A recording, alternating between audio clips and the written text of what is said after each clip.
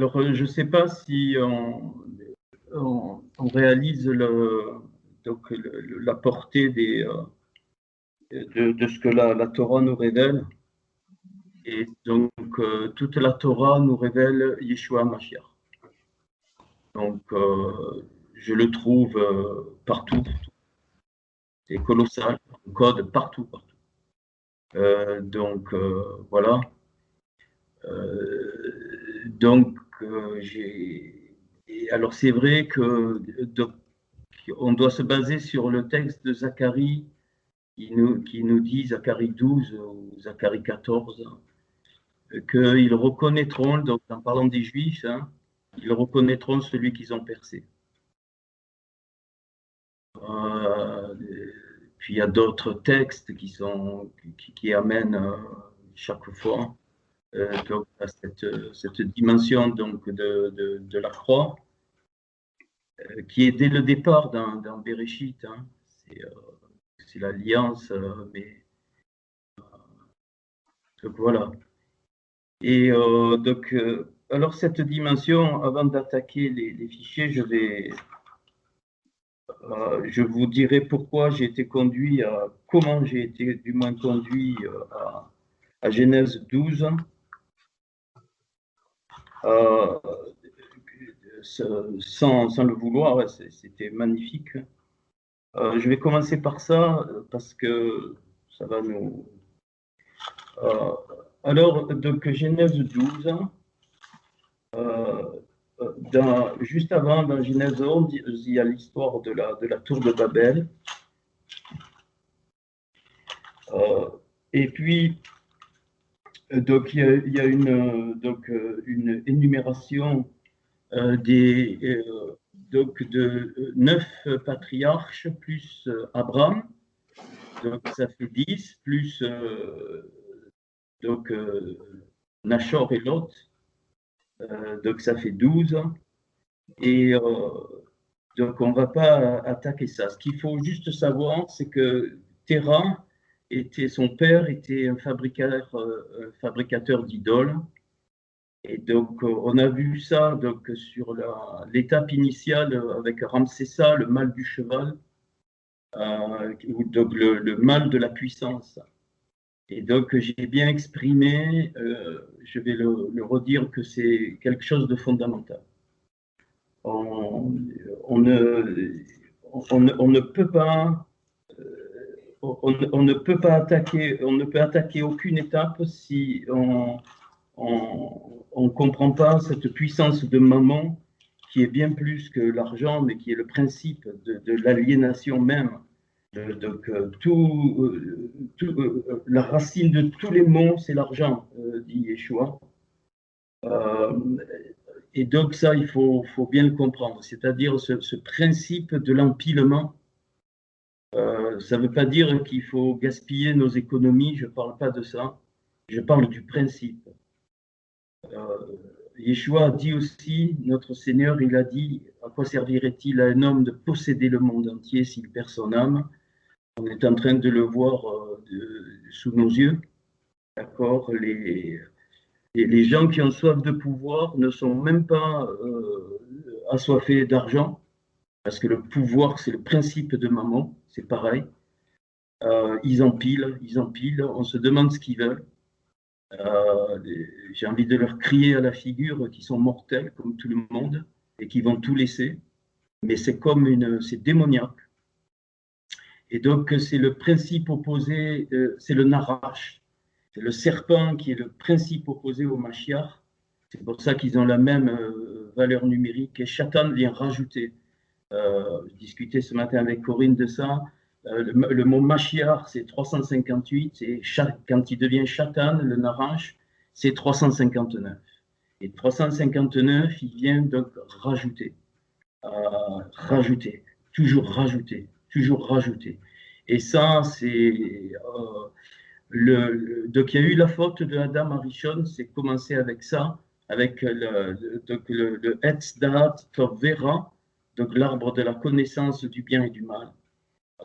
Et il était prévu, le texte est très très clair, je suis allé un peu le revoir, il est très très clair. Il nous est dit qu'il a fourré donc Adam dans le Gan Eden, dans le jardin, le Hagan, et il lui a demandé de le cultiver, de le garder, pas le jardin, pas du tout.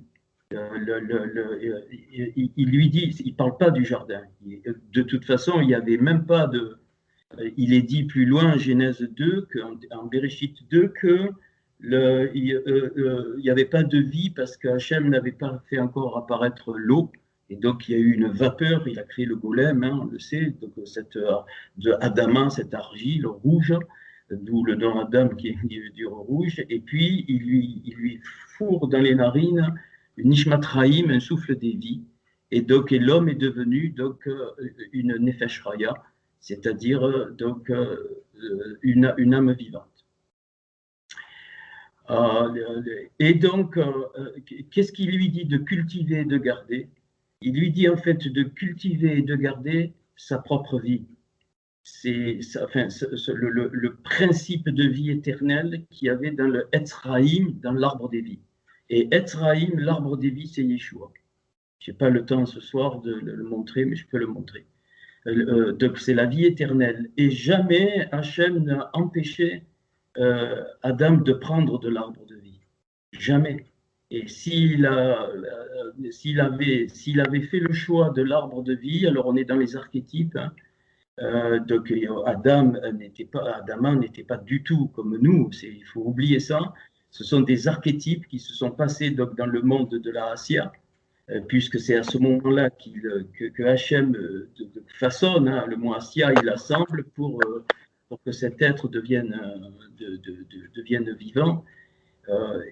Et donc, et là, il met tous les principes de vie, toute la beauté qu'il y a dans la vie telle qu'elle était là, à ce moment-là, qu'on n'a pas connue.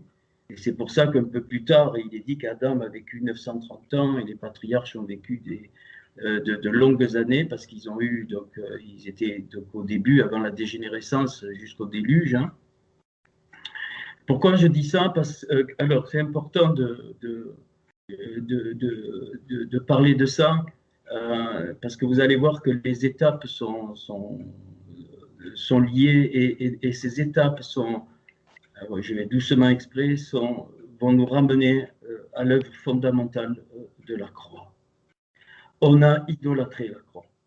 On a fait descendre la nature même de Yeshua par les principes religieux qui sont la date, Tov Vera, la connaissance du bien et du mal. Et donc, quand il y a eu la faute d'Adam Arishon, si vous remarquez bien, il dit maintenant il est devenu comme l'un de nous connaissant le bien et le mal, donc il parle au pluriel, c'est-à-dire, ça ne veut pas dire qu'il y a plusieurs dieux, mais ça veut dire qu'il y a plusieurs caractéristiques. Hachem se manifeste plein de formes. Et il n'est pas dit il est dit simplement qu'il a mis les kéroubim pour empêcher de trouver le chemin de l'arbre de vie. Sinon, on serait éternellement avec la faute d'Adam Arishon, c'est-à-dire donc une éternité de fou. Hein, ça ne peut pas exister. Hein, Hachem, il ne peut pas y avoir ça. Et donc, la faute d'Adam Arishon, elle vient de plus loin. Elle vient du fait que déjà il y a eu une faute bien avant.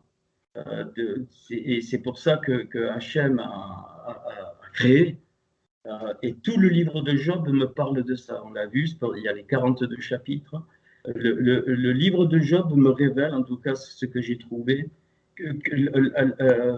un degré un peu plus haut que ce qu'on capte habituellement. Il nous révèle le pourquoi de la création.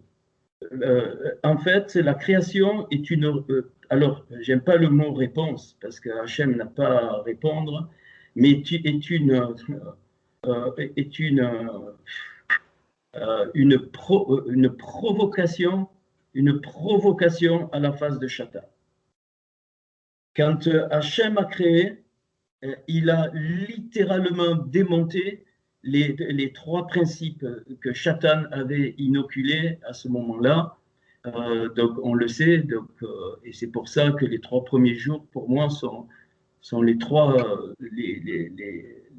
ce sont les 3 jours fondamentaux où il y a la lumière parce que Satan avait mis les ténèbres, puis il y a la séparation des eaux d'en haut avec les eaux d'en bas parce que donc eh bien il y avait donc le chaos, hein, je vais expliquer. Et puis le 3e jour, donc la concentration, c'est là qu'apparaît la concentration de la terre parce qu'il avait mis le néant entre guillemets, puisque le mot néant est une absurdité totale, ça n'existe pas. On devrait l'enlever comme le mot anarchie. Il y a des mots comme ça que j'utilise plus. Le néant, ça n'a aucun sens. Dès que je le définis, il n'y a plus de néant. Puisque j'arrive à définir le mot néant, c'est que le néant n'existe pas au sens où on l'entend. Donc on oublie ça. Et là, Hachem pourquoi la science va exister beaucoup plus tard? Enfin, tous les hommes ont cherché dans la science quoi la vérité? Parce que les 3 principes fondamentaux de vie sont mis là dans les 3 jours. La lumière, c'est le principe énergétique, l'énergie. La séparation des eaux d'en haut et d'en bas, c'est le principe du mouvement, la dynamique. C'est parce qu'il y a la séparation des forces d'en haut et des forces d'en bas qu'il y a une dynamique. Et donc, la terre qui se regroupe, c'est la matière. Donc la matière, donc les lois de la matière, c'est-à-dire que, même y compris dans Olamazé, dans notre monde, rien ne se crée, tout se transforme et on ne part jamais de rien, on part toujours de substance, quelle qu'elle soit, même au niveau de l'énergie, et on la transforme pour donner notre énergie. Et donc, en fait, la création est un acte de jugement. Il faut bien comprendre. Et c'est pour ça, quand le Mashiach va revenir, quand notre Seigneur va revenir, il va juger. Qu'est-ce que ça veut dire, il juge? Ça veut dire qu'il révèle l'état dans lequel l'humanité se trouve. Il va révéler, et comme il est parfaitement sadique, parfaitement juste, il ne peut y avoir aucun nombre de variations en lui, eh bien, il va y avoir des conséquences dramatiques. J'ai eu 2-3 raisons au cours de mon existence, c'est-à-dire de charge. Je ne peux plus supporter, bien-aimés, tous ceux qui se disent soi-disant ministère. C'est d'une nullité absolue. C'est pas du tout de l'orgueil, c'est un constat qu'aujourd'hui j'ose dire, que je n'ai jamais osé dire.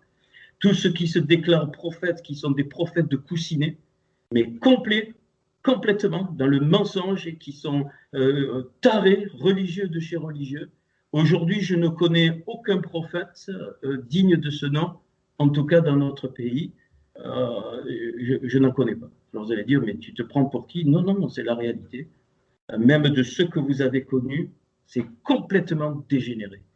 Pourquoi? Alors, ce qui va se passer quand le Seigneur va revenir, c'est que l'obscurité va de plus en plus grandir. C'est le temps, et donc la coupe, elle doit déborder.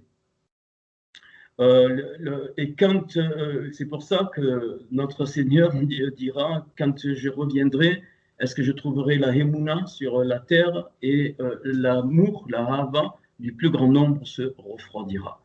Alors l'amour, c'est pas ce qu'on croit, on le sait, et la Hémouna non plus, les deux vont ensemble. La Hémouna, ça va avec la vérité, c'est la même racine, Amen et Met, c'est les mêmes racines, et on le sait que la Hémouna vient du chemin, de ce que l'on comprend, et ce que l'on comprend eh bien, vient de la parole. Et puis les 3 jours qui suivent, ça va être le développement des 3 jours fondamentaux.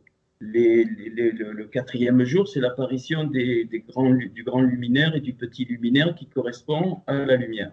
Le 5e jour, donc, ben c'est l'apparition donc des oiseaux dans le ciel et toujours en archétype, et des poissons dans la mer, toujours en archétype. Donc c'est les eaux d'en haut et les eaux d'en bas. Et le 6e jour, donc apparaît donc tout ce qui est sur la terre, le bétail, et ainsi de suite. Et ce 6e jour, l'homme va être créé, le principe du Ish, c'est le mot Ish qui apparaît ici, donc le principe de l'être humain, qui paraîtra plus loin, donc va apparaître. Et le 7e, c'est le Shabbat, c'est-à-dire il dit die, ça suffit, et donc il laisse dérouler. Et donc depuis, tout se déroule suivant donc le plan de Hachem. Donc et c'est pour ça que on ne peut aller contre aucune loi de la nature, parce que les lois de la nature sont une conséquence des lois de Hachem. Absolument toutes. Personne n'a jamais modifié les lois de la nature dans tous les domaines. Et c'est pour ça que tout ce que les hommes font et qui vont contre ça, eh bien, ça a des conséquences parfois donc irréversibles. Alors, ça c'est juste un petit peu donc, de background pour qu'on soit bien donc en nous. Maintenant, qu'est-ce que c'est notre vie? Qu'est-ce que c'est notre vie? Pourquoi nous vivons? Je vais vous poser la question, est-ce que vous êtes content d'être né? Ou est-ce que tu te dis, je vois qu'il y en a qui sourient, mais on avance, hein, ne vous inquiétez pas. Ah, super, j'écoute un enseignement, super. C'est pas ça la vie. Excuse-moi, hein. Je repose la question. Pourquoi tu es né? Pourquoi tu es né? Pour manger, boire, dormir, faire l'amour, faire du vélo, travailler, et puis te disputer avec ton épouse, avec ton époux, te saccager avec ton frère, ta sœur, avoir des biens, vouloir revendiquer. C'est tellement important, les choses de ce olamazé, de ce monde. On devient triste, acariâtre. Pourquoi tu es né? Pourquoi tu es né? Ah, j'ai rien demandé. Ça, on ne sait pas. Ça, on ne sait pas. Tu n'as aucun souvenir, heureusement. Est-ce que dans... je vais vous amener dans des petites auteurs. Qu'est-ce qui s'est passé? Comment se fait-il que tes parents ont fait l'amour et puis d'un coup, un enfant est né qui s'appelle... Allez, c'est comme ça, qui s'appelle... Corinne Machin, tiens, par hasard. Didier Machin, Didier Perrier-Latour, Christian Pellon, Jean-Marie Mahen, Bertrand Femme, Nadine, Thierry Ziegler, sont nés même, enfin, Thierry est né en Alsace. Qu'est-ce que c'est? Qu'est-ce que c'est? Oui, Hachem, l'étincelle d'en haut est descendue. Alors je te dis que ton étincelle a décidé de descendre. Ah, là, ça commence. Et ça, c'est tellement beau, tellement fort. Mais tu ne peux t'en souvenir. Et donc, on va voir pourquoi je dis ça. Il y a des textes qui donnent ça. Je vous ai dit qu'il faut y aller parce que c'est un temps, je crois qu'on se doute pas de la proximité des temps dans lesquels nous sommes. Et c'est pour ça que, comme dit Daniel, au temps de la fin, la connaissance augmentera dans le bon sens du terme. Ton étincelle a décidé, elle a fait un choix de descendre. Ok. Alors, je vais lire en français Genèse 12. Il nous est dit, donc l'Éternel dit à Abraham, va-t'en de ton pays, de ta patrie et de la maison de ton père, dans le pays que je te montrerai. Je vais juste, après on va voir, je vais vous dire ce qu'il y a là-dedans en hébreu. Donc, Vayomer et dit, Adonai, Yodevavé, El Abraham. Il n'est pas encore Abraham, El Abraham. El, c'est Dieu ou c'est vers, on peut traduire A. Et donc, alors là, c'est vraiment 20 ans de ton pays, c'est pas ça du tout. Il lui dit, l'Erlera, va pour toi. Va pour toi. En français, c'est difficile, ok. Et donc, il va voyager comme les fameuses étapes. Vous verrez que ce texte est relié aux étapes. Bien comprendre que juste avant, il y a eu l'alliance avec Noah. On va y venir tout à l'heure. Il y a eu l'alliance avec Noah et Abraham n'est pas encore Abraham. Il est ici, donc, Ab, c'est Abba, c'est père, Ram, de beaucoup, père élevé, très élevé. Ram, c'est très élevé. Et donc, la première chose que Hachem lui dit, l'Echlera. C'est exactement les deux mêmes mots, donc ça fait 50 et 50, c'est-à-dire c'est deux révélations. Il lui dit l'Echlera. Et donc, il lui dit tu sors de la maison de ton père, tu pars de ta patrie, de ta famille et du pays dans lequel tu es, et je vais te montrer. Je vais te montrer. Et donc,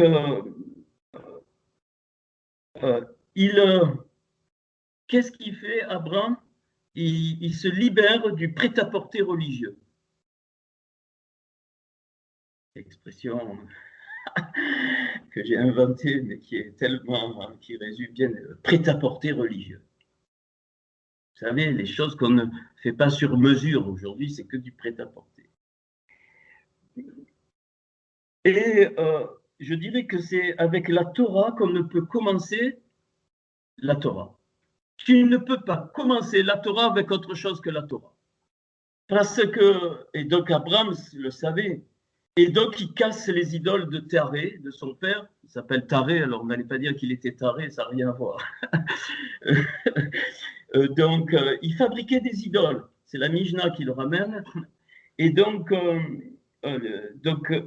et quand il entend l'Erlera, va pour toi, il comprend. Donc il comprend, c'est-à-dire, il lui dit pas viens vers moi. Jamais. L'Erlera, ça ne veut pas dire viens vers moi. Moi, j'aurais pensé qu'il dit viens vers moi. Le Seigneur, il t'appelle vers toi, vers lui, pardon. Viens vers moi. Il dit non, non, non, va vers toi. C'est-à-dire, la première chose qu'il demande donc à Abraham, pour vraiment rentrer dans la dimension de Hachem, c'est qu'il découvre son intériorité. Beaucoup cherchent des trucs. Attention, je ne suis pas contre les manifestations vraies du Seigneur. Il y en a eu, il y en a de moins en moins. Mais c'est tout près, c'est en toi. Découvre ton intériorité. Et donc, avant qu'il devienne Abraham, c'est-à-dire avec le souffle de Hachem, pour qu'il devienne le père d'une multitude, c'est-à-dire le géniteur de toutes les goïms, de toutes les nations, plus Israël, il faut qu'il réalise qu'il est père élevé, qu'il vient de très haut. Donc il vient de très haut. Et c'est pour ça qu'il doit aller vers lui. C'est pas qu'il descend, c'est qu'il va découvrir une dimension, pardon, de ce qui est la croix. La croix, elle a deux dimensions au premier niveau, il y en a plus. Et là, Abraham, il comprend. Père élevé, c'est la partie verticale, et père d'une multitude, c'est la partie horizontale. Il est magnifique ce passage. Il y a ces 9 versets qui se forment un petit paragraphe. C'est colossal. Je n'ai pas le temps donc je vous dis ça. Et donc, ça, c'est le premier niveau. Donc, qu'est-ce qu'il fait? Il se dégage lui-même, en allant vers lui, de toute idolâtrie. Le Seigneur ne le fera pas pour toi. Il n'y a pas, même si tu as des démons en toi, les démons ils quittent quand tu fermes les portes et les fenêtres et que toi-même, pas besoin de délivrance. En cas de délivrance, c'est autre chose. Autre chose. Je ne suis pas contre, mais c'est autre chose. Donc, qu'est-ce qu'il fait? Il se dégage de la religion aliénante parce que son père était très religieux, de ceux qui sont non libres, soumis au petit Dieu. Fidèles à leur peur, le problème il est là, la peur. fidèles à leur peur et attachés aux apparences du monde. Alors, il se libère de sa tribu, il se libère de ses coutumes, il se libère de ses croyances. Lui-même. Trois choses fondamentales. De sa tribu, on le sait, tout héritage n'a pas lieu d'être dans ta vie, si tu es en Yeshua, de tes coutumes, c'est-à-dire de tout ce qui est traditionnel. Yeshua dira lui-même que vous annulez la parole de Dieu au profit de vos traditions, et de ses croyances. Le Seigneur, il ne te demande pas de croire. Les démons, ils croient, pas les enfants du Seigneur.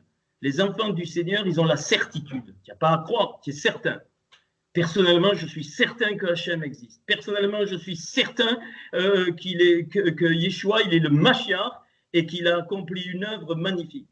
Je suis certain qu'il va juger très très fort. Il va y avoir des morts partout, des mout-mout, 2 fois morts. Et l'enfer existe, bien aimé.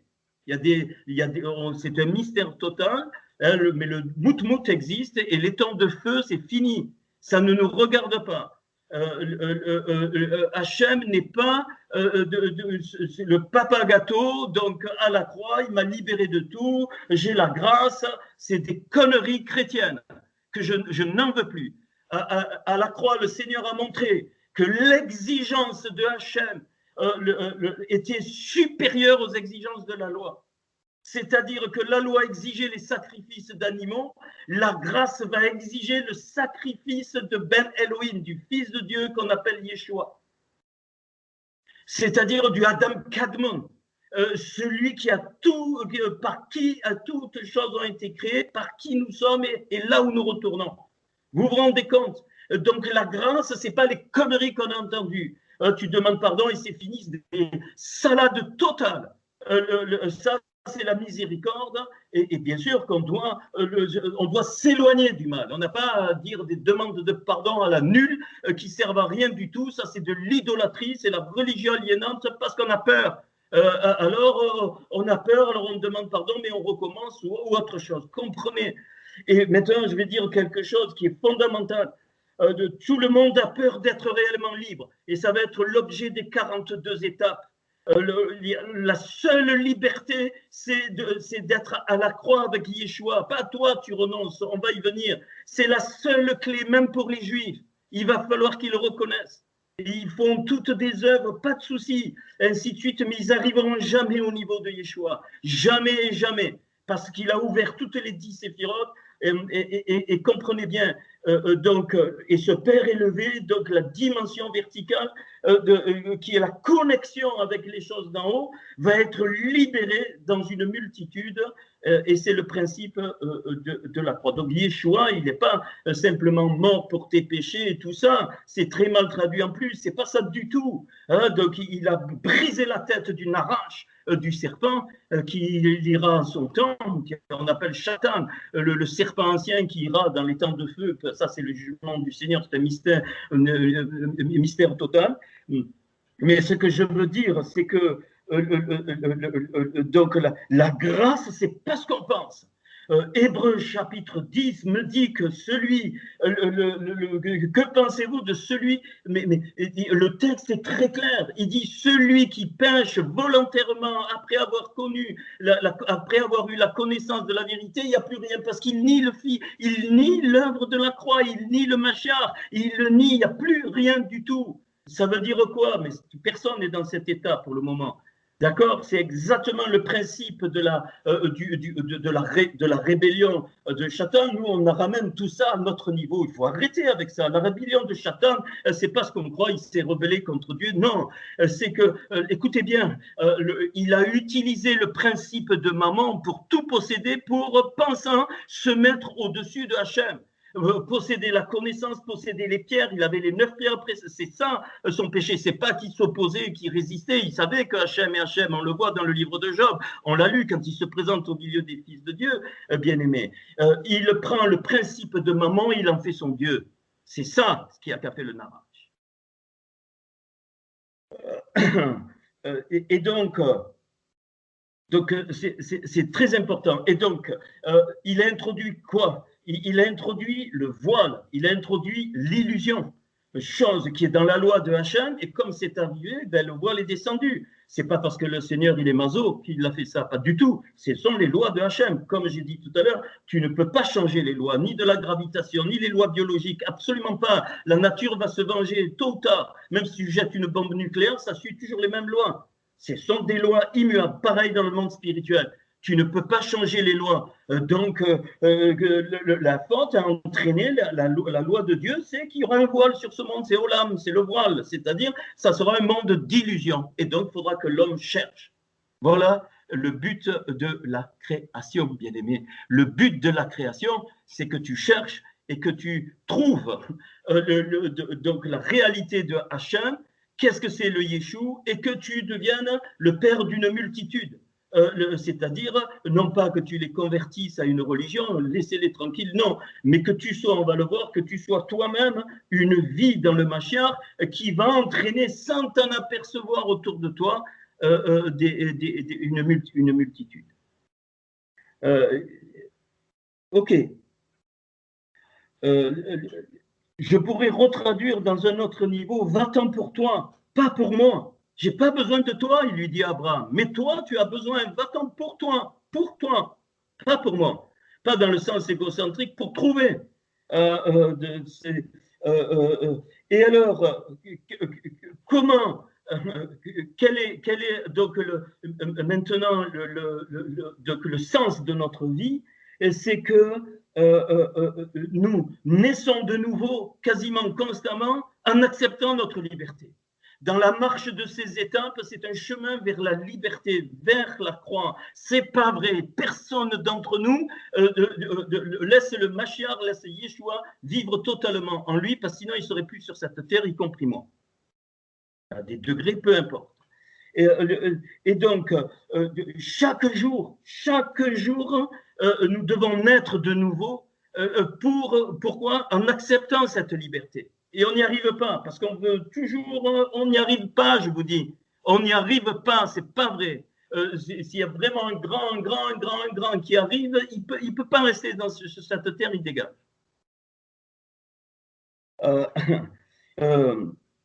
On n'arrive pas, de quoi? Eh bien, il est dit dans un des passages que je n'ai pas retrouvé, mais vous pouvez le retrouver, je crois que c'est un psaume, ne déplace pas les bornes anciennes.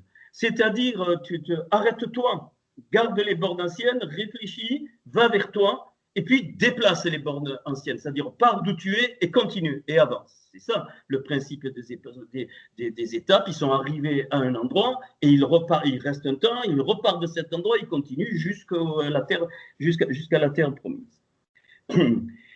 Alors, le principe du lâcher-prise. Alors, on va aller dans le principe on y est là, du Kéli. Le Kéli, c'est le vase, on va le voir. Donc, le Kaf, le Lamed et le Yud. Je ne vous ai pas encombré trop d'hébreu ce soir parce que je veux que vous écoutiez. Donc, le Kaf, le Lamed et le Yud, donc le Kéli, donc qui fait 60, qui est un nombre très très particulier, le 60. Tu l'inverses, tu obtiens Yalek. Merci pour les références, Jean-Marie. Tu obtiens Yalek, c'est-à-dire tire-toi, va-t'en.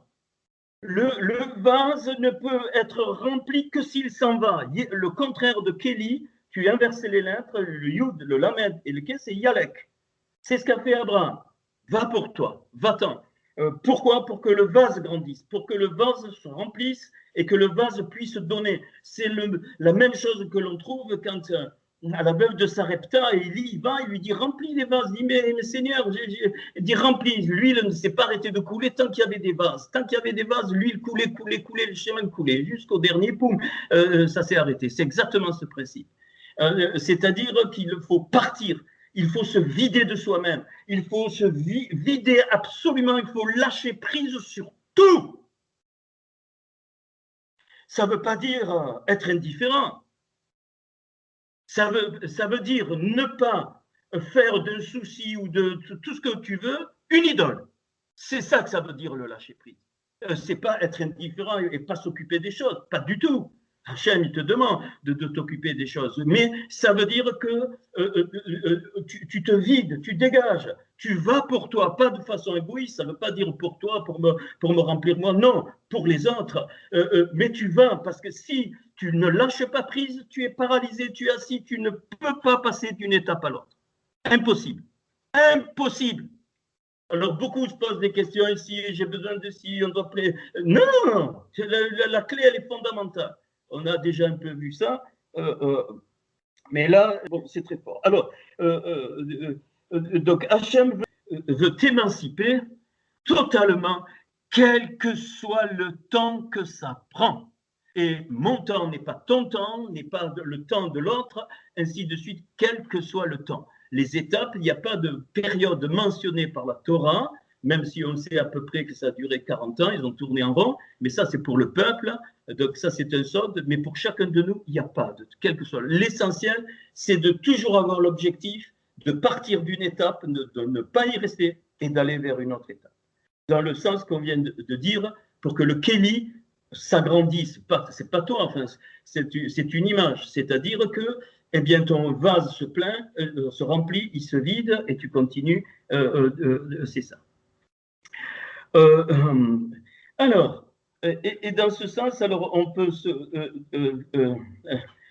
poser la question, dans ce sens, eh bien, je conclurai dans un niveau un peu plus profond qu'il n'y a pas de désir bon ou mauvais. Je ne parle pas de la tendance au mal. Non, il y a le désir. J'ai mis dans votre cœur des chemins tout tracés. Choisis le bien, afin que tu vives, ainsi j'ai mis, même le bien et le mal, choisis le bien. C'est nous qui rendons le désir mauvais ou bon. Bien sûr, je ne parle pas des désirs qui sont clairement négatifs, je ne parle pas de ça. Hein, mais de tout projet, de tout ce qui peut, il n'y a pas, on cherche, est-ce que c'est bon, est-ce que c'est mauvais? Non, des choses sont dans ton cœur. Et donc, c'est ça dans le chemin Israël. Écoute Israël, Adonai Echad, pardon, Adonai Elohenu, notre Dieu, Adonai Echad. Et pourquoi? Parce que cette marche d'Abraham et ces 42 étapes n'ont aucun sens si c'est une marche individuelle. Ça n'a pas de sens. Donc, quand je te repose la question, mais est-ce que tu regrettes d'être né? Si tu crois que tu es né pour vivre égoïstement, tu es mort.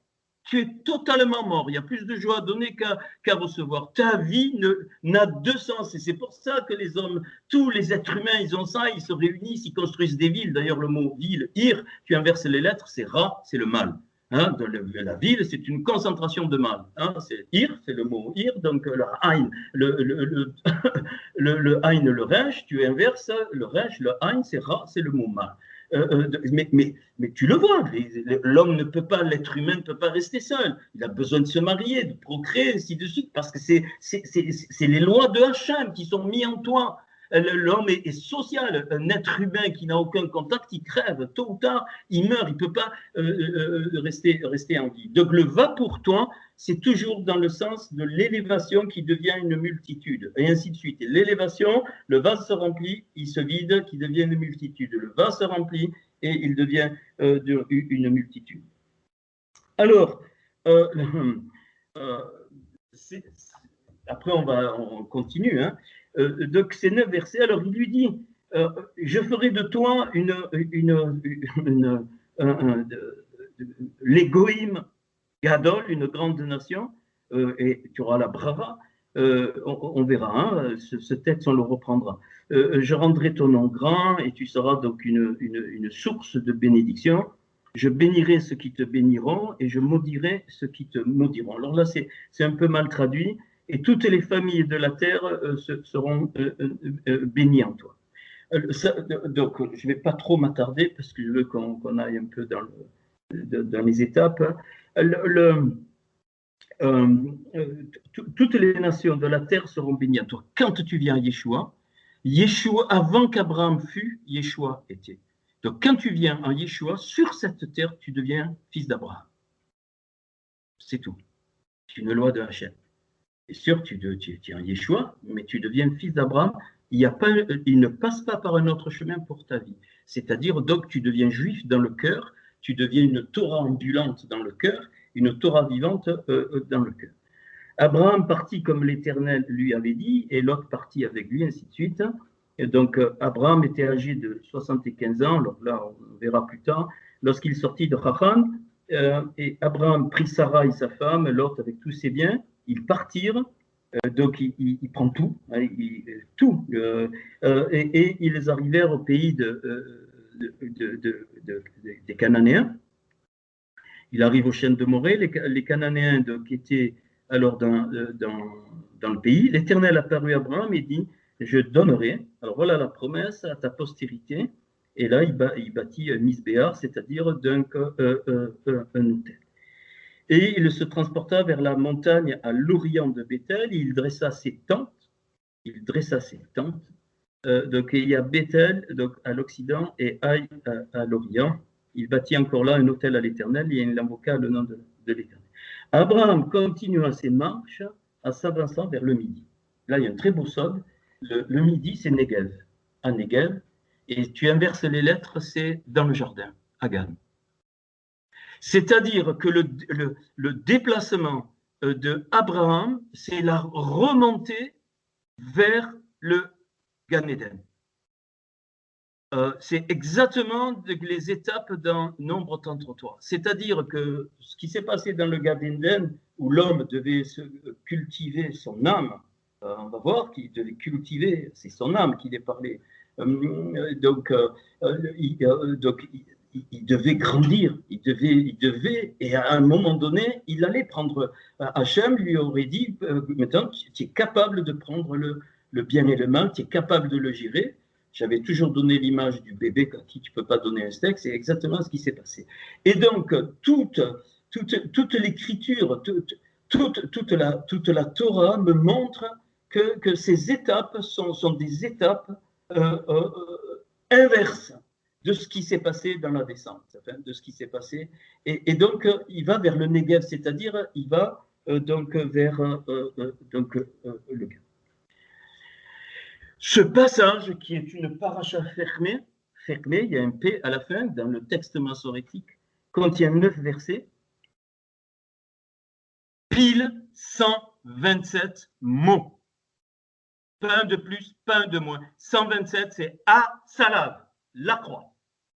Je n'ai pas eu le temps de vous le préparer. Salav, Sadé, qui fait 90, Lamed, qui fait 30, donc Bet, qui fait 2, ça fait 122, plus le Hé devant, qui veut dire A, le 5, 122 et 5, 127, pile. Or, le dernier mot, c'est Negev, donc le jardin, le but, c'est le jardin, et donc, qu'est-ce qu'il reste? 126 mots. 126, c'est 3 fois 42. Donc, dans ce passage, il y a un merveilleux sod où, par les groupes de 3 mots, on va avoir des clés pour les 42 étapes qu'on va étudier. Je vous annonce déjà. Mais plus que ça, donc, le mot central de ce passage, il est parlé, vous savez, les gens qui étaient avec lui, ce n'est pas les gens, c'est Rol Hanefesh. Toutes les nefesh, même pas au pluriel, toute l'âme, toute la nefesh. Le mot central qui est donc le mot, le 64e mot, c'est nefesh. Donc tu prends le mot et donc tu vayomer et dis le premier mot, le mot central qui est le 64e, c'est normal, hein, donc nefesh, donc et dit l'âme, et le dernier mot Negev, Negev c'est le midi, l'inverse c'est le jardin, mais donc Negev ça veut dire sec. Donc il dit mon âme sèche. Et donc ce voyage de Abraham, c'est pour retrouver la vie de Hachem dans l'âme. C'est le contraire. C'est la vie de Hachem dans l'âme. Mais encore plus fort, c'est que il y a, donc alors ça c'est 64. Pourquoi le 64e mot? Et donc, le 64e mot à partir du verset 1, et c'est le 16e mot alors il se trouve dans Genèse donc 12,5, le 5e verset, et c'est le 16e. Le 16e mot dans le verset. 64, c'est 4 fois 16.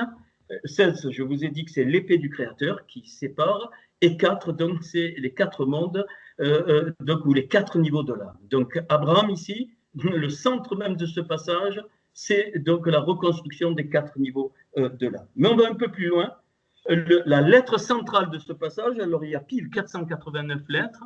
Donc, la lettre centrale, eh bien, forcément, c'est la 245e. Donc, puisque c'est pile au milieu, et c'est le Tav.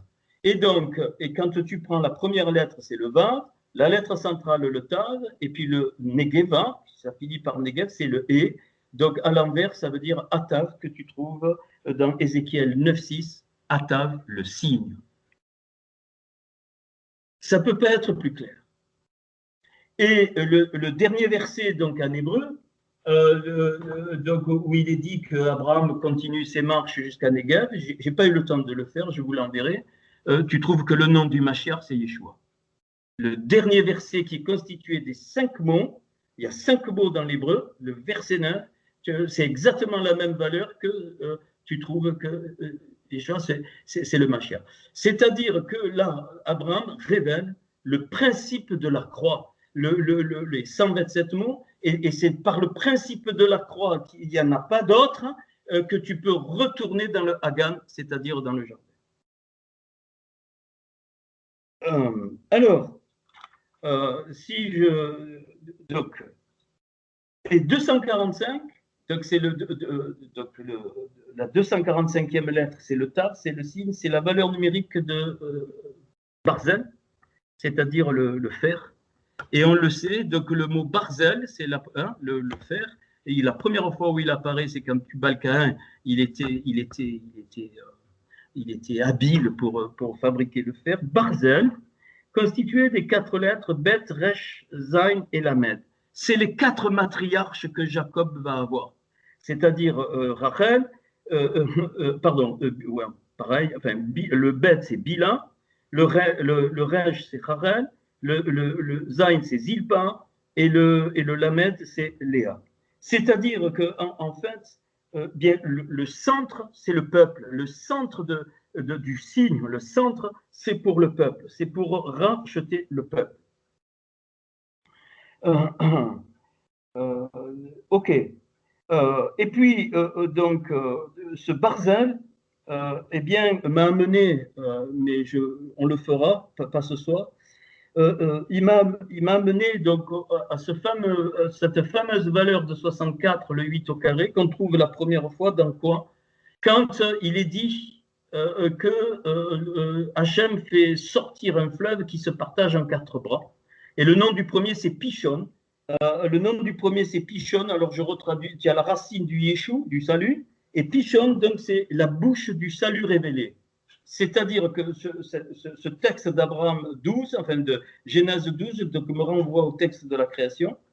Et donc, donc la bouche du salut donc révélé qui fait en valeur 446, et comme par hasard, évidemment, eh bien, l'expression Akala Yeshua, l'épouse de Yeshua, Yeshua c'est 386, Akala c'est 60, c'est la forte lumière, ça fait 446. C'est-à-dire que ce Pishon, c'est l'épouse donc révélée, donc d'où le principe du mariage. Et là, donc, dans la première fois, alors le 60, c'est la lettre Samer. Jamais dans le texte de la création, vous avez une lettre Samer, ça n'existe pas. La première fois où elle apparaît,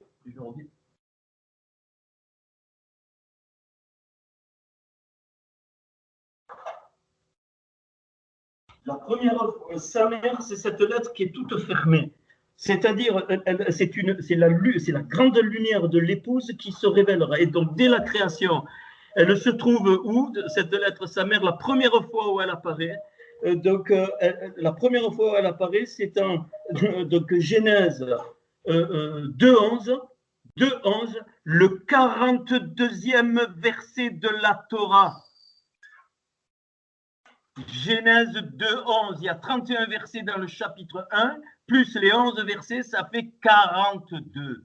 L'épouse, la lumière enfermée dans le Samer, le 60, est révélée. Comment? Eh bien, il nous est dit Sovev, un Sovev qui coulait, ce Pichon, ce fleuve coulait, un Sovev qui coulait, Et dans le pays de Ravila, de l'or, Ravila, ça a la même valeur, 60, et Sovev, c'est pareil, c'est tout autour, c'est le cercle.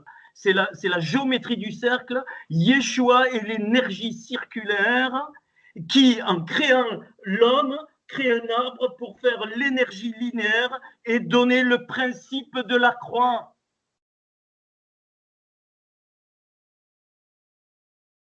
C'est pour ça qu'à la croix, il a hurlé l'ami Sabachthani, pourquoi tu m'as abandonné? Il voulait dire quoi? Il voulait dire je suis devenu d'une hauteur très élevée, je suis devenu donc une multitude, mais c'est fini. Pourquoi? Parce que l'énergie verticale devait aller où? Devait aller dans les profondeurs du Sheol pour aller ramener à la vie, pour ne pas oublier ce qui restait de la multitude, ce dont Paul parle par révélation, les captifs de la captivité, et il les a extraits, il les a montés, et il est monté direct à la droite de Dieu le Père. Et c'est ça qu'il nous communique, bien-aimés, dans les étapes. C'est au 42e verset que le Samer apparaît une seule fois. Je n'ai pas eu le temps de voir sa position et je vais m'en occuper. Donc c'est la révélation de l'épouse pour retrouver le jardin. C'est ça les 42 étapes de Nombre 33. Bien-aimé, vous devriez bondir de... Ok. Et donc, d'où la notion fondamentale de partout, de l'épouse. Et donc du principe, Israël est appelé la Vierge, l'épouse qui attend et qui est vierge. Les églises sont appelées l'épouse de l'agneau, tout ce que tu veux. Donc, alors maintenant, je vais le montrer. Qu'est-ce qui se passe dans ces étapes? Donc maintenant, le principe, il est acquis. Genèse 12, c'est le voyage d'Abraham, il révèle la croix. Donc de l'élévation, il passe donc à la multitude. Donc c'est le principe de la croix qu'on vient de dire et qui est révélé, qui m'a amené donc au texte de la création. Et dans ce texte de la création, c'est ce fleuve Pishon. Donc la bouche je le résume, hein, la bouche du Yeshua, du salut, c'est les mêmes lettres qui est révélée. Et l'épouse de Yeshua fait exactement la valeur du mot Pishon. Ok. Donc, quand je parle du vase, du Kéli, le mot Kéli fait 60. Kaf, ça fait 20, la Med, ça fait 30, donc, et Yud, ça fait 10, 60. Donc, la Torah te dit que tu es un vase, quand le Seigneur, il parle des vases, il parle de l'épouse, il parle de la lumière intense de l'épouse. Il n'y a pas plus grande lumière que dans le Samer, parce qu'il est fermé. D'où la notion de vierge. La lettre Samer, elle est fermée. D'où la notion qu'on appliquait pour les vierges, qui ne doivent pas se dévoiler jusqu'au mariage, comme nous. On doit rester dans cette lettre fermée. Ça ne veut pas dire qu'on n'est pas ouvert pour les autres. Ce n'est pas ça qui est dit. C'est-à-dire que l'énergie circulaire qui va libérer littéralement de l'énergie verticale de l'homme, c'est-à-dire être, qui va le ramener à l'équilibre, eh bien, ça va être le principe de la croix. Donc, quand Paul il me dit que tu ne peux pas mourir à toi, quand Yeshua il te dit tu prends ta croix et tu la portes, mais c'est pas toi, c'est n'importe quoi, il faut arracher ça. C'est Yeshua qui meurt en toi, 2 Corinthiens 4. Tu ne peux pas, parce que tu es une énergie verticale et que l'énergie circulaire n'a pas pris toute sa place pour équilibrer. C'est impossible. Comprends ce que je suis en train de dire. Voilà pourquoi Paul, dans l'Épître aux Romains, il dit que nous mourrons par notre identification à sa mort. Pas ta mort à toi. Tu ne peux rien faire, même si, Paul me dit dans Romains, mais même si j'ai la volonté de mourir à moi, je peux pas. Je ne peux pas. Je n'ai pas la puissance. Alors où est l'objet de se glorifier? Tu vois la différence? C'est pour ça qu'Abraham est sorti de l'idolâtrie, cette idolâtrie qui dit « Allez, je vais prendre la croix comme le Seigneur me l'a demandé ». C'est un faux message. Tu ne peux mourir à toi-même que comme conséquence de la mort de Yeshua en toi. Yeshua meurt en toi. Voilà ce que, si tu es réellement né de nouveau. Sinon, tu n'es pas né de nouveau, ce n'est pas possible. L'esprit de Hachem t'entraîne dans la mort par toi, tu ne peux pas. Tu ne peux pas, à cause de ce Samer. Parce que la lumière, elle est fermée. Et quand il va revenir, il va ouvrir le Samer pour que toute la lumière jaillisse définitivement et réconcilie les choses d'en haut avec les choses d'en bas. Bien aimé, mais je ne sais pas. Des fois, j'ai envie de vous dire, mais vous dormez, ce n'est pas possible. Je ne vous engueule pas, mais il faut arrêter. Les choses religieuses qui se sont incrustées en vous, il faut les dégager, je vous dis. Donc, déjà, tu ne peux pas. Donc, tu comprends qu'en Yeshua, tu n'as rien à accomplir. Même pas les mises-ventes, rien. C'est un affront. Ça veut dire que tu mets de côté son œuvre qu'il a fait. Comme Abraham, tu mets de côté son voyage. C'est pour ça qu'il dit qu'avant qu'Abraham soit, lui, il est. Parce que c'est Yeshua, là, qui est révélé même en code, qui a donné ce principe à Abraham. Ok. Donc ce vase, donc ce Kéli, je le redis, qui fait 60, donc Yalek, sortir, partir, dégager, c'est pareil. Eh bien, c'est quoi? Ce vase qui est représenté par notre corps, on va y venir, est donc nécessaire. Je ne sais pas pourquoi. Le Seigneur, il a voulu que ce soit comme ça, mais c'est comme ça, pour manifester l'extériorité de quoi? De notre intériorité. Notre intériorité qui a la révélation de Yeshua. Puisque je m'adresse à des gens qui ont normalement, qui, j'ose même plus le mot le dire, ça veut dire quoi? Accepter le Seigneur dans sa vie. Encore pour ma petite vie, parce qu'il m'a fait du bien. Mais tu rigoles. Et ça, tu communies à la table des démons quand tu parles comme ça. Non. Ça veut dire que tu acceptes de participer à un voyage unique. Un voyage unique, c'est ça, le message de l'Évangile. C'est pour ça que le Seigneur, il dit allez faire des taldidim, des disciples partout. Mais c'est nous, on a tout interprété. C'est-à-dire, allez, devenez pèlerins. Dans ce sens-là, devenez pèlerins comme Abraham. Alors, je crois que alors donc le A et le B, en fait, c'est les mêmes. Vous les mettez un à côté de l'autre. Donc, et puis, voilà, vous les mettez les uns à côté de l'autre. Alors, maintenant, je vais doucement, bien aimé. Vous ouvrez le premier fichier. Enfin, le premier fichier, je crois que c'est c'est lequel que j'ai ouvert, le A. Le A où c'est jaune à gauche. Alors, on va comprendre maintenant la structure. Avec tout ça, on va comprendre la structure de. C'est pour ça que je l'ai appelé 8, 10 et 40 et 42. Pourquoi? Parce qu'il y a donc 8 alliances. J'aimerais même si on ne comprend pas tout, mais regardez la beauté. Il y a 8 alliances, il y a 10 séphirotes, il y a les 40 étapes entre l'initial et le final, et au total, les 42. C'est pour ça que je l'ai appelé le fichier 8, 10, 40 et 42. Alors, on prend ce fichier. Moi, je n'aurai pas besoin du second, mais ceux qui veulent les traductions, vous le prenez. Bon, Ramsès, je ne m'en occupe plus. Je vous ai envoyé l'écrit. Si vous ne l'avez pas lu, je ne peux pas faire mieux. Hein, voilà. Donc, on verra s'il y a des questions. Mais alors, par contre, on va prendre, eh bien, on va voir. Alors, Noah, donc, c'est évidemment Noé. C'est, suivez, hein, et après, on va tout démontrer, mais pas tout ce soir. Noah, c'est l'intériorité. Qu'est-ce qu'il fait, Noah? Il construit une arche, donc c'est-à-dire il met une limite entre l'intérieur et l'extérieur.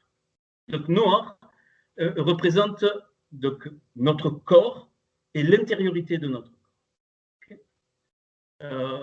Ok. Le deuxième, Abraham, qui est père élevé, représente la frontière de notre corps. Donc, ils font tous des alliances. C'est la frontière de notre corps. On verra la peau, hein, qui est une partie du corps très, très particulière. Et puis, Abraham, représente ce que tu rayonnes, c'est-à-dire l'extérieur de ton corps. On rayonne tous, absolument tous, on rayonne quelque chose de bon ou de mauvais. Donc ça, c'est les, je vous l'avais dit déjà, c'est les trois premières parties. Donc Noir, donc lui, il établit le vase. Alors, quand je dis le vase, c'est même le vase communautaire, hein, de tous ensemble et de chacun, mais c'est-à-dire vous êtes en moi, je suis en vous et réciproquement, donc on ne peut pas se dissocier. Donc ça marche pour tout un peuple et ça marche, enfin, et c'est une dimension aussi pour chacun d'eux. Puis, juste, j'énumère, hein. Donc, ça, c'est la partie du corps, donc la partie visible. Puis on passe à Moshe. Moshe, ça va être le premier niveau de l'âme. C'est-à-dire, c'est lui qui va recevoir la Torah et surtout l'application de la Torah. Donc, hein, le premier niveau de l'âme, la Nefesh. La Nefesh, ce n'est pas négatif, hein, c'est toute l'action, toute la Torah qui est mise en action. Donc, ça, c'est le quatrième. Donc, premier niveau de l'âme.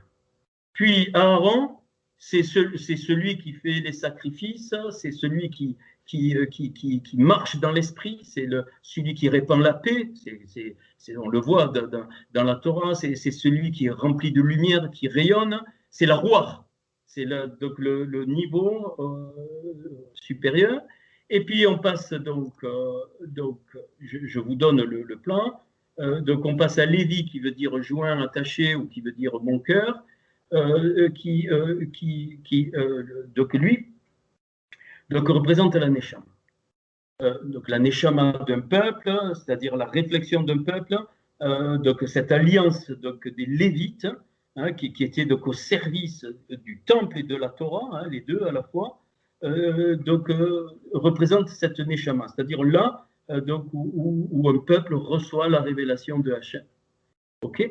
Puis donc je suis où, la Neshama. Oui, puis alors David, lui, va représenter la partie Raya, la partie de la vie, donc la Raya, la partie voilà, parce que alors c'est pour ça que David va être comme un pendant de Moshe. Moshe va écrire les 5 livres de la Torah, David va écrire les 5 parties des Teilim, des psaumes qui ont une correspondance donc, avec la Torah.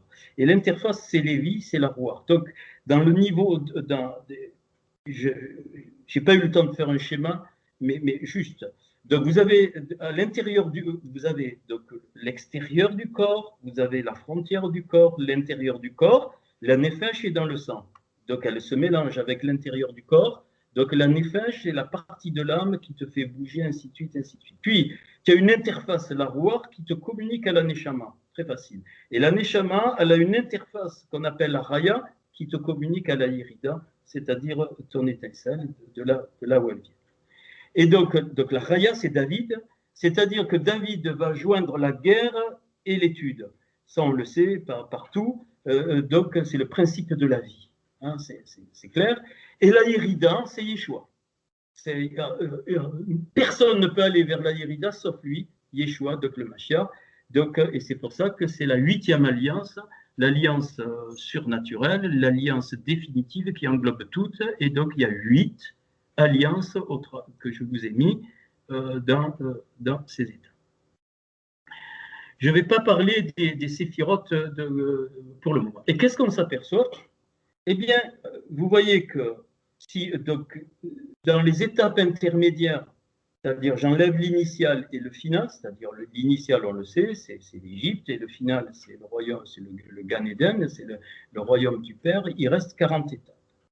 40 étapes, eh bien, et chaque étape, elle est divisée en 5. Donc, ça fait 5 fois 8, 40. Pourquoi 5? Eh bien, chaque partie, chacune des 8 parties de mon être, l'extérieur de mon corps, la frontière de mon corps, l'intérieur de mon corps, puis les 5 niveaux de l'âme ont une âme. C'est évident. Je vous dirai pourquoi. Et donc, les étapes, ces étapes, 5 par 5, concernent donc la marche pour chacune de notre partie de notre être. Pourquoi? Le corps, il a 5 sens. ne pouvez pas m'enlever ça. Ton corps, tu as 5 sens, sinon tu ne peux pas vivre. Si tu prends un être humain, tu lui enlèves la vue, tu lui enlèves l'ouïe, tu lui enlèves l'odorat, tu lui enlèves le goût, tu lui enlèves le toucher, il est beau être vivant, il est mort, il crève. Je ne sais même pas si le cœur continuerait à fonctionner, j'en sais rien. Je ne sais rien, je ne suis pas médecin. Donc, les sens sont l'âme du corps. Les 5 sens, c'est pour ça qu'il y a 5 sens, l'âme, les 5 sens, c'est chaque partie de l'âme du corps. Et donc, eh bien, la première étape va s'occuper de reconstruire notre intériorité. Donc, 5 parties. On verra après. Donc, la seconde en Abraham va s'occuper de reconstruire la peau, c'est-à-dire donc la frontière. Abraham va s'occuper de ces 5 autres étapes vont s'occuper de reconstruire notre rayonnement. Puis, on continue. Donc, Moshe, ça va être les 5 étapes pour la reconstruction des 5 parties de la néphesh. Enfin, les 5 parties, pareil, les 5 sens, je vais parler comme ça, c'est mieux. Donc, les yeux de la néphesh, les oreilles de la néphesh, les 5 sens de la néphesh, c'est pour ça qu'on parle des sens spirituels. Puis, donc l'alliance donc avec Aaron, eh bien, ça va être la Rouar, ça va être donc les 5 sens de la Rouar. L'alliance avec Lévi, les 5 prochaines autres étapes, eh bien, ça va être la Neshama. Hein. Puis de David, ça va être les 5 sens de la Raya. Et en Yeshua, le plus, hein, ça va être donc les 5 sens de la Yerida, c'est-à-dire carrément de là où on vient. C'est pour ça qu'on sera introduit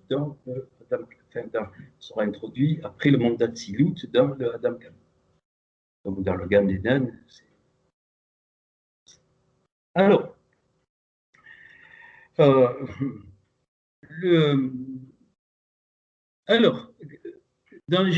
on va attaquer le premier niveau, c'est-à-dire noir.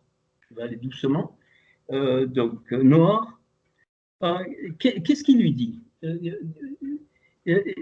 Il lui dit, écoute, tu vas faire une arche donc de bois de gopher. Tiens.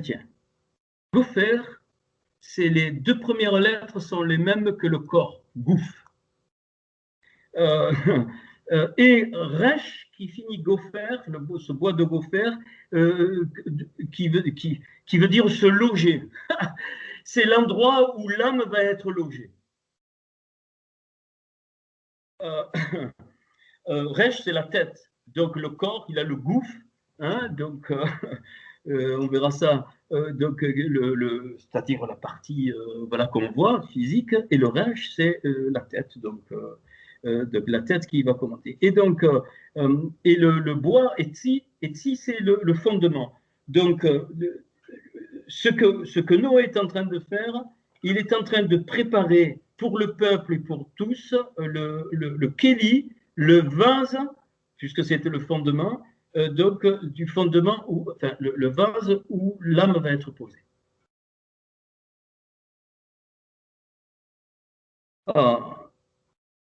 Alors, il lui dit, tu mettras donc l'espèce que nous on a traduit donc par poids, POX. Hein, alors c'est quasiment gopher, mais c'est kofer. Cette fois, le guimel est devenu kof, et et ce mot, ça veut dire racheter, rançon. Il lui dit, ça, tu le mets à l'extérieur. À l'intérieur, c'est le mot mi-beit, c'est-à-dire dans la maison. L'intérieur, ça se dit comme ça, mi-beit, ça veut dire que la maison, donc c'est notre intériorité. Donc l'arche représente notre intériorité, puis il lui dit merouts, c'est-à-dire donc à l'extérieur, et donc il lui dit de mettre aussi ce kofer, donc ce rachat à l'intérieur et à l'extérieur, les deux à la fois. Ça veut dire beaucoup de choses. Hein. On sait que l'arche, elle préfigure notre Seigneur, qui, étant mort à la croix, donc, eh bien, a racheté notre intérieur et racheté notre extérieur sans problème. Et c'est pour ça, alors il lui dit, et tu feras, ça je vous l'ai déjà fait, mais ça tombe à propos, tu feras cette arche, eh bien, elle aura 30 coudées de longueur, Le 30, c'est la valeur de Lamed. Elle aura 300 coudées de longueur. Le 300, c'est la valeur de Shin. Et elle aura 50 coudées de largeur. C'est 50. Donc, Lachon, c'est-à-dire, c'est un nouveau langage qui est préparé. Donc, la première étape est une transformation de notre évidemment, on part toujours par le principe de la croix, puisqu'on est Yeshua, de notre Kéli, de notre vase, pour pouvoir recevoir le langage de Yeshua dans notre âme. Et donc,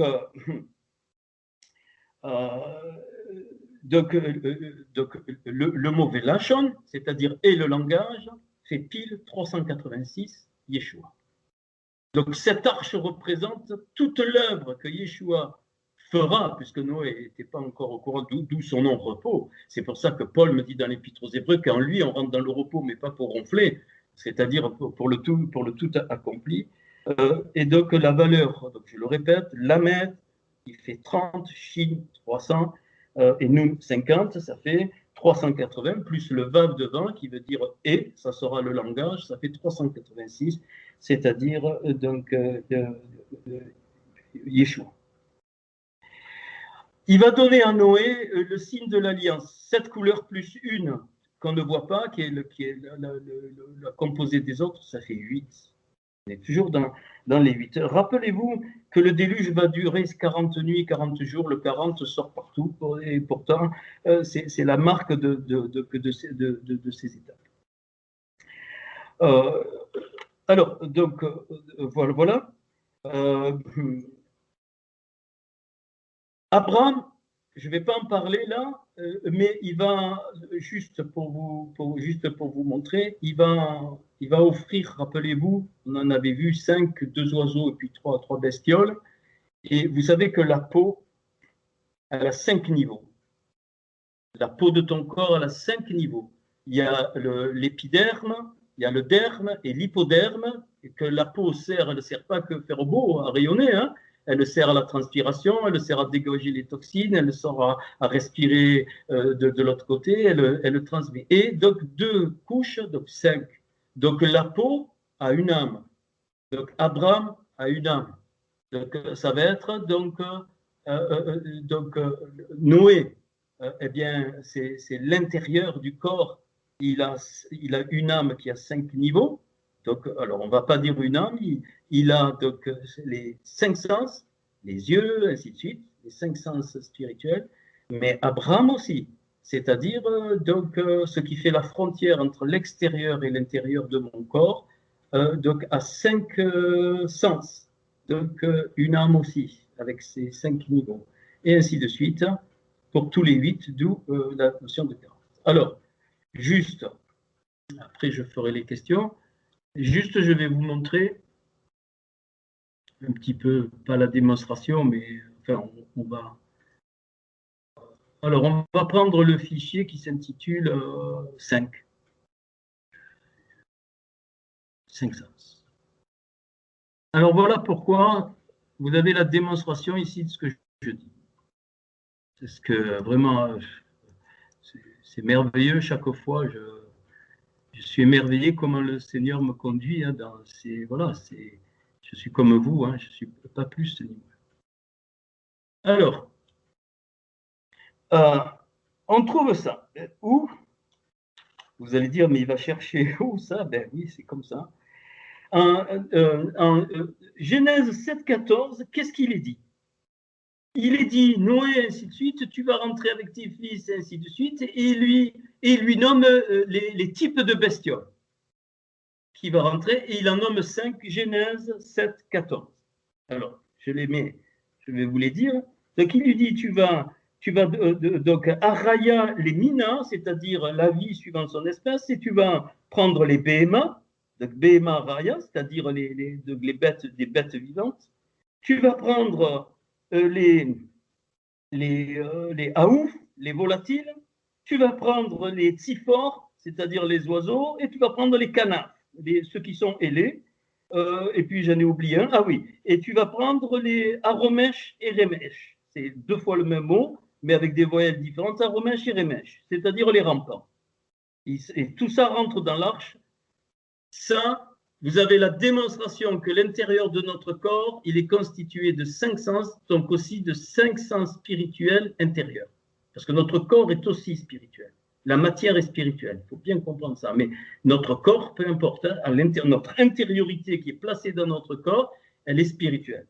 Et, donc, et ces 5 types d'animaux, eh bien, vous allez voir, ça correspond aux 5 sens de notre corps et donc aux 5 niveaux de l'âme. Et c'est pour ça que ne vous affolez pas, je parle de l'âme, c'est dans ce sens-là. C'est-à-dire que chaque niveau d'âme, il a 5 ou 6 sens, c'est-à-dire les yeux, les oreilles, l'odorat, la bouche et le toucher. Alors j'ai pris dans l'ordre des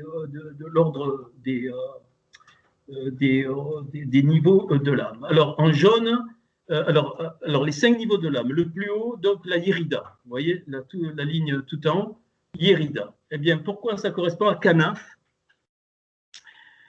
Alors, et c'est la vue. Kanaf, les ailés, ça veut dire c'est les oiseaux qui battent, qui vont loin, qui vont très loin. L'œil, c'est le sens qui envoie et qui reçoit de très loin l'énergie. L'œil est capable de voir très très très loin, pas le son, hein, pas les oreilles.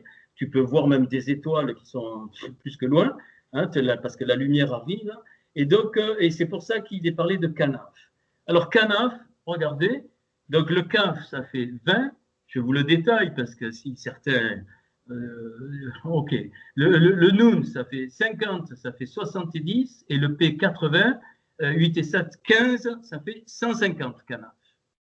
Alors, et si j'écris que c'est selon l'œil, ça ressemble à l'œil, Kehaïn, le Kof, ça fait 20. Le Yud, ça fait 10. Le Aïn, ça fait 70, et le Nun, ça fait 50, ça fait 150.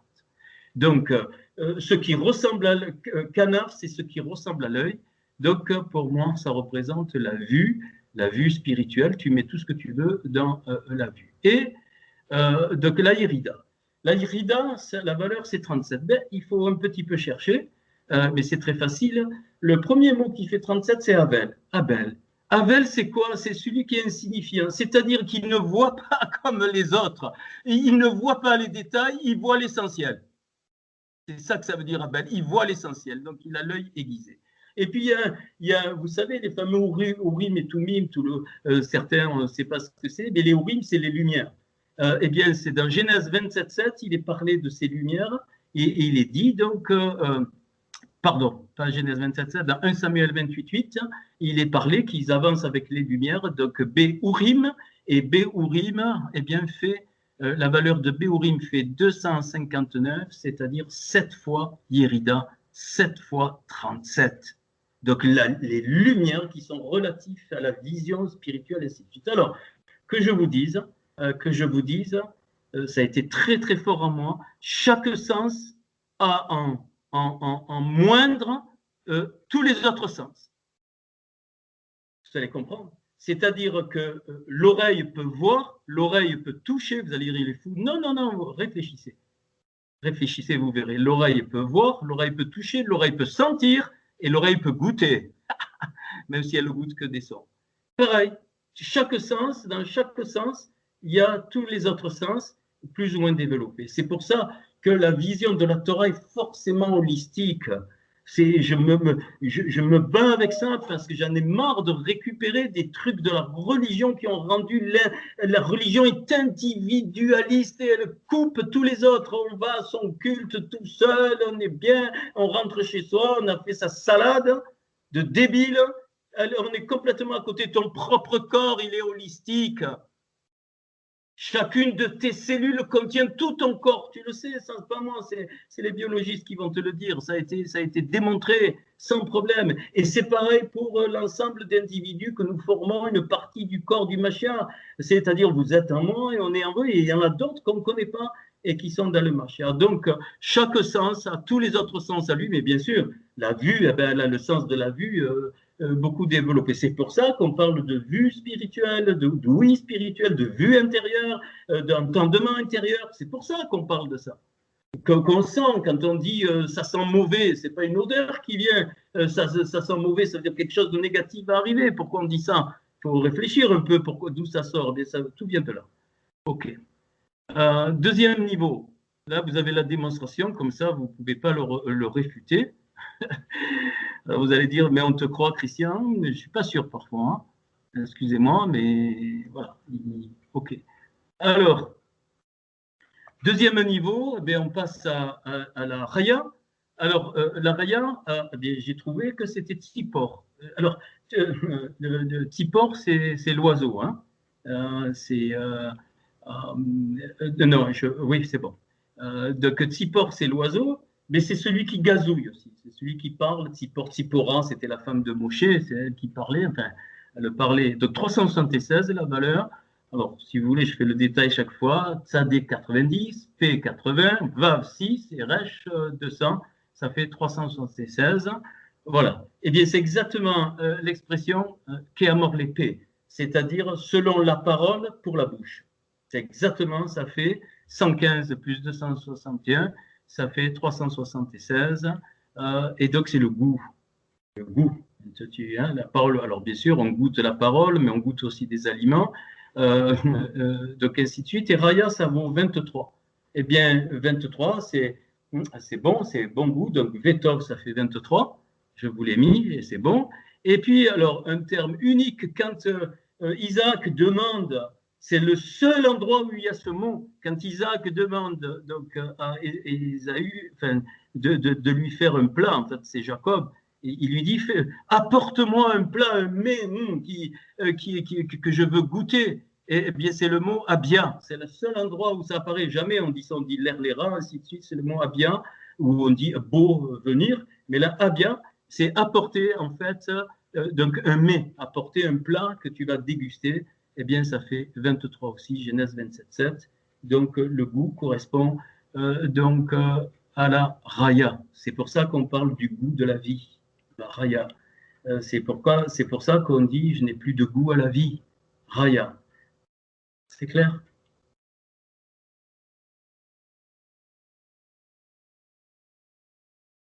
On passe à la neshama.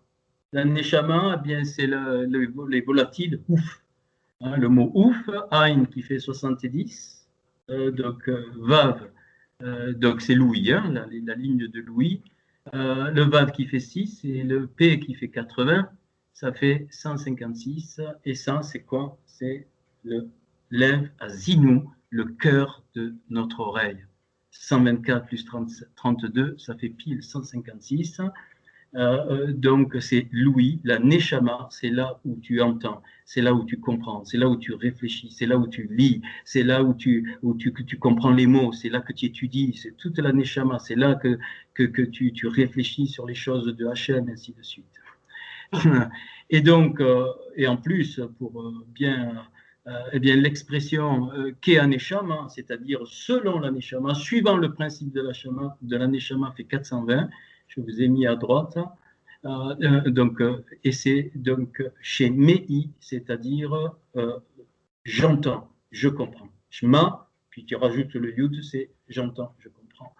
Donc, donc Louis, c'est la neshama.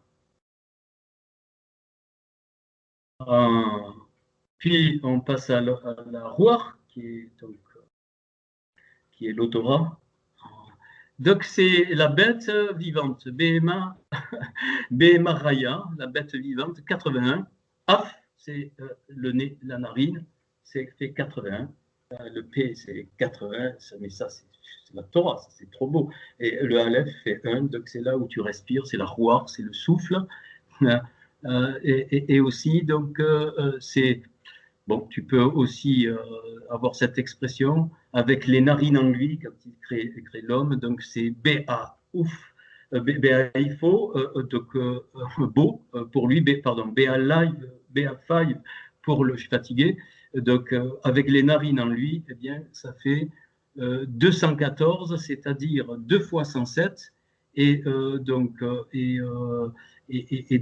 parce que tu as 2 narines et roi, c'est 214. Donc, avec ces narines, c'est 107 que tu multiplies par 2, ça fait 214. Et le dernier, la nefesh, donc c'est le toucher. Et donc là, c'est les rampants. Hein.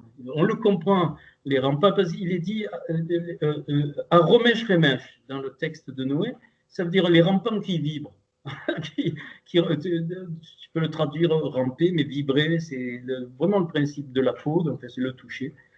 Donc, c'est Véromenche, donc 546. Eh bien, c'est quoi? C'est le mot peau deux fois, or, le mot peau deux fois, dont un, tu enlèves le vav, c'est-à-dire la peau intérieure et la peau extérieure, et tu fais la somme 270 et 276, tu obtiens 546. Mais c'est aussi, ça veut dire, sans le vav, ça veut dire quelqu'un qui est éveillé, qui est alerte. Donc, voilà. Eh bien, et le mot nefesh fait 430. Alors, pourquoi il correspond? Parce que sur ma nefesh, c'est-à-dire le principe de la peau qui englobe, qui protège, donc c'est sur ma nefesh, ol nefeshi, eh bien, ça fait 430. Pardon, ça fait 540, et la valeur de 540, c'est romesh, c'est-à-dire le rang. Donc, alors, maintenant, si je reviens au...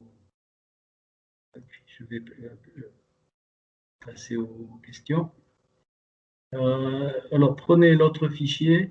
Alors, donc, donc la première étape, c'est donc la reconstruction de notre intériorité par l'alliance de Noir.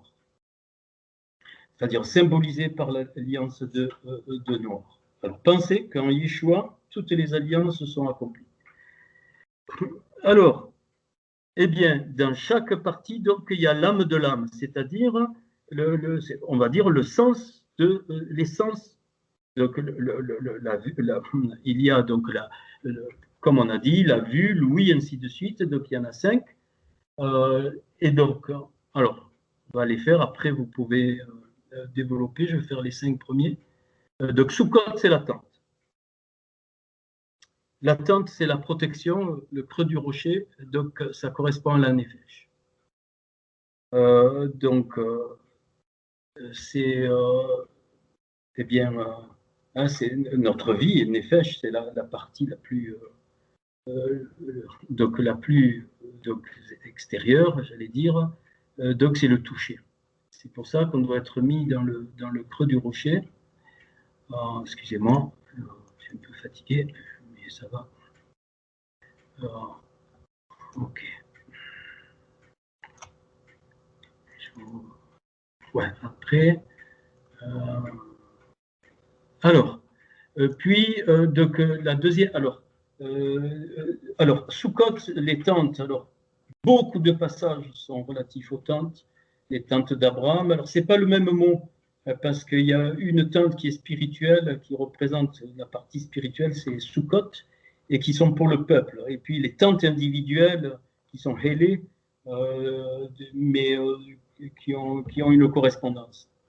Donc, c'est une des fêtes de Sukkot que le Seigneur a parlé que des fleuves d'eau vive jailliraient de son sein. Hein, donc, Sukkot, on connaît, hein, c'est une fête de joie, hein, c'est une fête de protection. C'est très clair. Donc, notre nefesh doit se mettre dans le creux du rocher, c'est-à-dire à l'abri. Hein, donc, c'est une étape importante pour se sentir protégé. Pourquoi? Parce qu'on est sorti de Ramsès. Et donc, la prochaine étape, c'est l'attente. L'attente qui est le symbole de maintenant ce qui devient prioritaire, c'est les choses d'en haut. Et ce n'est plus les choses non essentielles qui sont en bas, c'est-à-dire celles qui ont un voile. Les choses d'en bas deviennent secondaires dans le sens qu'elles sont là pour révéler l'attente. Et l'attente, eh bien, elle a un sommet qui s'élève. Donc, et c'est pour ça que c'est la première étape. Dès qu'on sort de Ramsès, c'est évident qu'on perd toutes nos protections. Les protections du principe de l'argent, de tous les principes, tout ce qu'on cherche, parce qu'on a peur de manquer ou autre. Eh bien, forcément, la première étape, c'est l'attente. Et ça va toucher, notre nefesh, parce qu'on en a besoin. Donc, le Seigneur, il sait ce qu'il fait. Donc, et c'est à nous, à aller sous l'attente, de changer d'endroit. On sort de la maison de Ramsès, qui est une maison de séduction, une maison qui apporte la mort, et on rentre dans une tente. c'est-à-dire dans les choses spirituelles, dans les choses de Hachem. Pareil, chaque fois, c'est le principe de la croix qui nous permet de grandir dans chacune des étapes. Étam, alors j'ai mis d'autres souples ou avec eux de ces contemplations, mais c'est surtout la vérité Étam, parce que c'est exact, Étam, la valeur c'est 441, et c'est donc Émet. Donc Émet, eh bien ça va toucher la roire, donc le souffle, hein, parce que alors si je reviens, je l'ai plus sous les yeux, si je reviens à mon tableau, voilà, donc c'est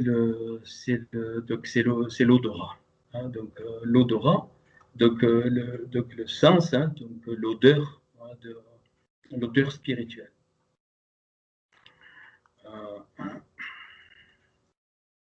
Okay. Alors, la vérité ne peut être attestée que par l'esprit de Hachem. C'est pour ça que la première épître de Jean me dit que nous n'avons pas besoin d'être enseignés, c'est dans ce sens-là, c'est pas qu'on n'a pas besoin de recevoir des enseignements, c'est parce qu'il dit, parce que l'esprit lui-même nous conduit dans toute la vérité. Et nous enseignera, pardon, et dans Jean, il est dit que le Saint-Esprit nous conduit dans toute la vérité. Donc, le étam, là, alors, et chaque fois, là, vous êtes dans votre intériorité, vous êtes déstabilisé. C'est pas possible autrement. Alors, là, et chaque fois, la vision d'Ézéchiel doit s'appliquer. C'est-à-dire, l'eau qui monte, et à un moment donné, tu es obligé de te jeter. Donc, de lâcher prise dans tous les domaines qu'on va voir. Voilà.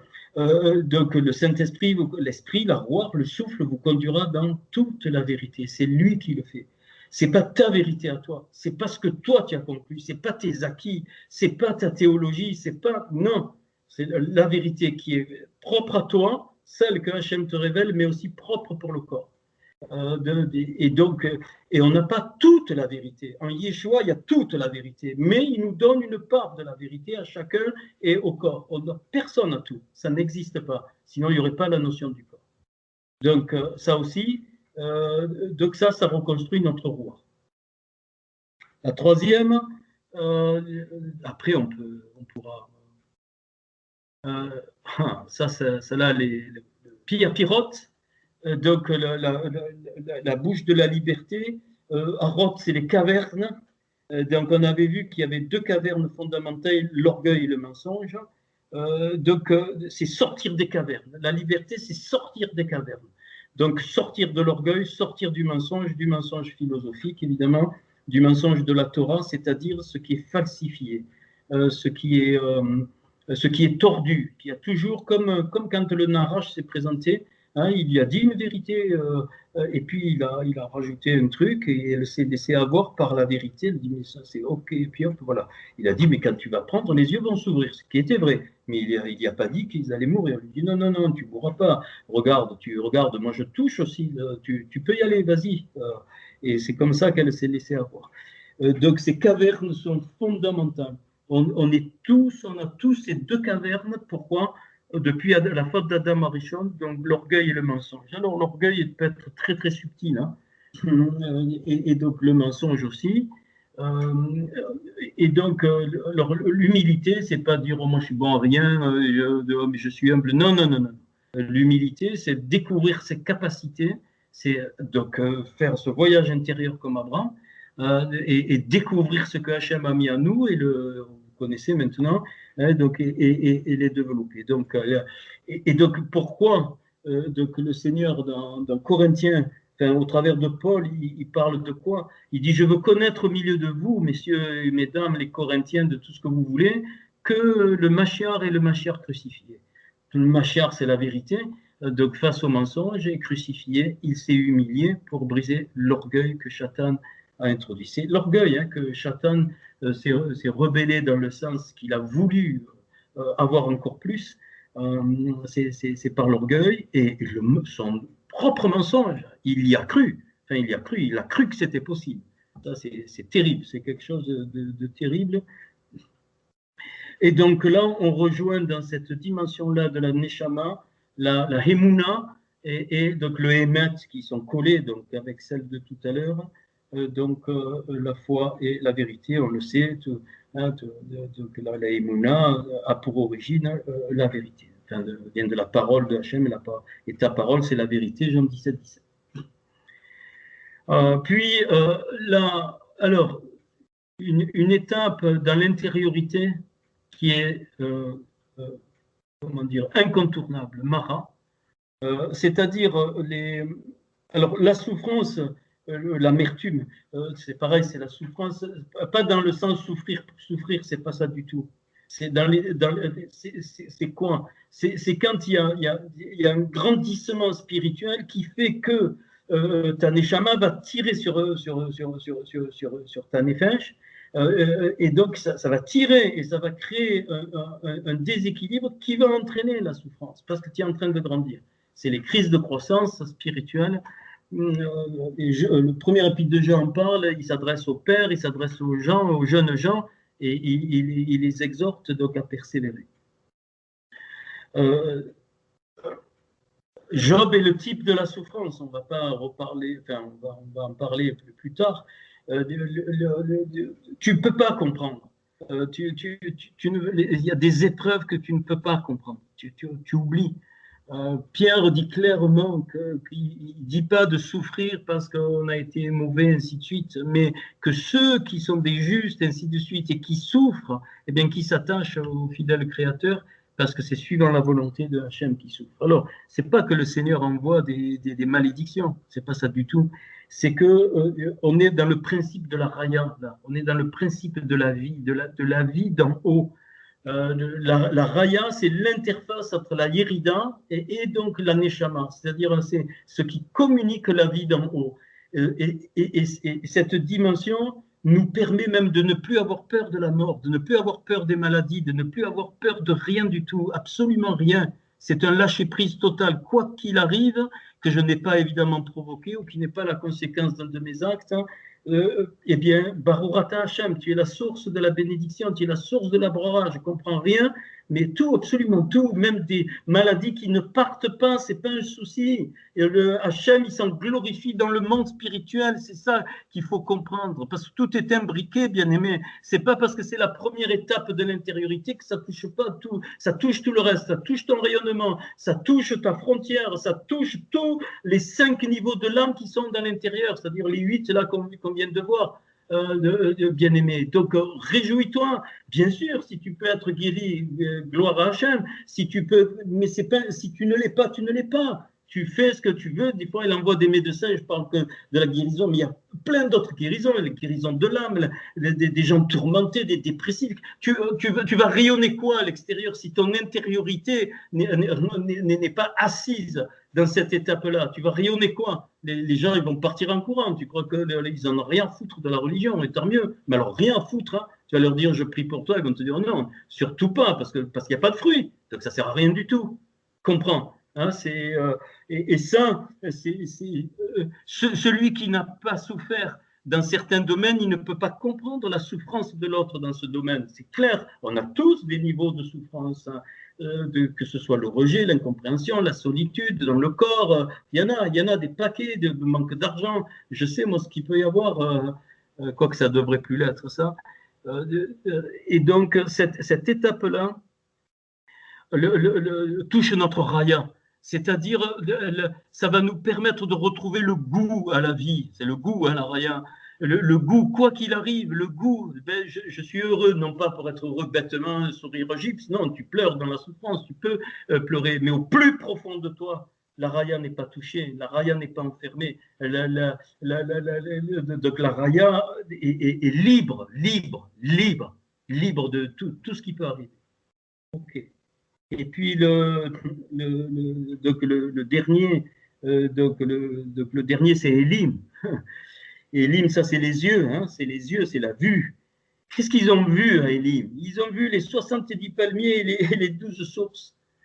Les 70 palmiers, ils ont vu quoi? Ça c'est la Yerida. Ils ont vu la Torah je vous l'ai déjà dit, ça va donner 70 fois la même expression quand Yod et Vavé parle à Moshe, et chaque fois il y a une révélation. Mais ça, alors, on va plus loin, mais c'est aussi les 70 nations. Rappelle-toi, alors, et les 12 sources. Les 12 sources, c'est les 12 tribus, évidemment. C'est-à-dire, c'est le peuple dans la révélation. Voilà ce que c'est les 12 sources et les 70 palmiers. Mais ça va plus loin.